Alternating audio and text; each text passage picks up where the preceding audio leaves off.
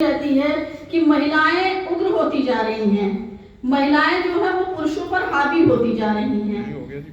तो एक जैसे कभी ऑफिस होता है, बहुत सारे लोग आते हैं, चर्चा शुरू हो जाती है कि भाई महिलाएं कहाँ जा रही हैं।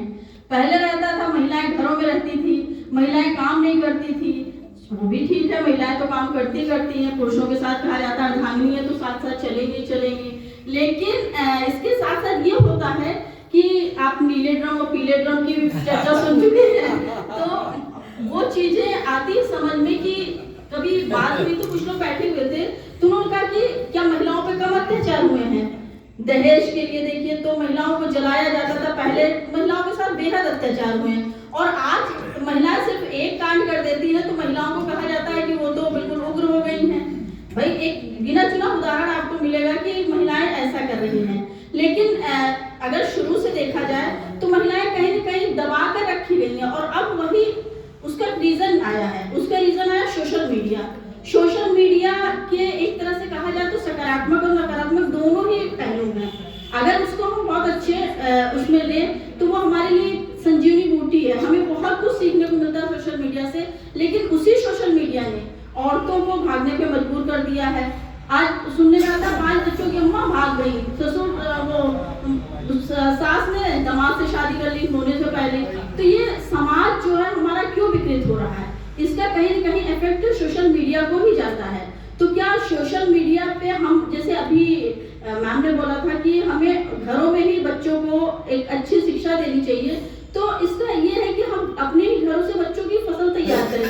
क्या लड़के खराब नहीं, लड़के बाहर निकल के लड़कियों के साथ बदतमीजी नहीं करते?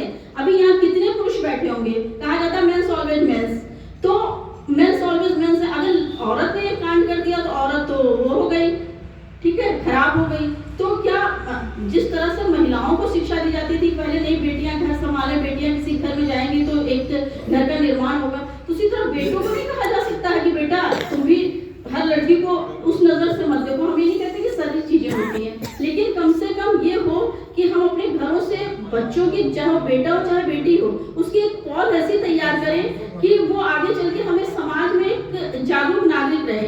ये ना हो कि लड़कियां पता चला शादी के बाद भागी जा रही हैं, बुढ़ापे में औरतें भागी जा रही हैं, या लड़के आदमी है वो पता चला अपनी बीवी छोड़ के दूसरी बीवी के साथ घूम रहे हैं। तो ये एक इफेक्ट तभी आएगा जब हम उनको एक सामाजिक रूप से एक घर में एक नींव देंगे, एक अच्छी नींव देंगे, या हम स्कूल में एक तरह से पाठ्यक्रम शुरू करें इस पे कि एक शिक्षा इस तरह से की जाए कि कोई हो कि हाँ ना लड़का खराब हो ना लड़की खराब हो, तो उसकी नींव पड़ेगी तभी से जब हम घरों में, अपने घरों में उनको उसी तरह से तालीम देंगे, उसी तरह से शिक्षा देंगे।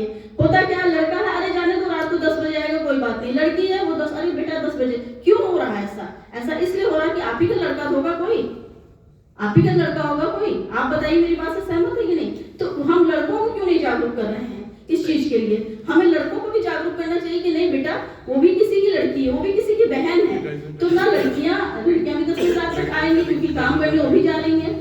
भाई हम लोग पत्रकारिता में यह है कि शाम की ड्यूटी होती थी, हम लोग ऑफिसों में जाते थे, 2 बजे 2:30 बजे छूटते थे, कैब छोड़ने आती थी जब नौकरी करते थे। आज तो फिर खुद के अपने उसमें है। तो इस तरह से अगर हम समाज में अपने ही बच्चों को शिक्षा देना ऐसे ही शुरू करें, और सोशल मीडिया भी एक दायरे में रहिए। देखें सोशल मीडिया पे बहुत कुछ है सीखने के लिए, लेकिन होता क्या है कि हम देखते वही है जो हमारे दिमाग को खराब करे, जो विकृत करे दिमाग को। तो उस पर हम लोग को ध्यान देना होगा, हम सभी को इसमें, कि हम अपने बच्चों के साथ मतलब एक बच्चों को शुरू से नींव डालें कि नहीं बेटा ये चीज खराब है, ये चीज अच्छी है, तो आगे चल के आप देखेंगे समाज बहुत अच्छा हो जाएगा। समाज बुरा नहीं है, बुरे हम लोग हैं क्योंकि हम लोग उसको बनाते हैं। तो इसी के साथ मैं अपनी बात समाप्त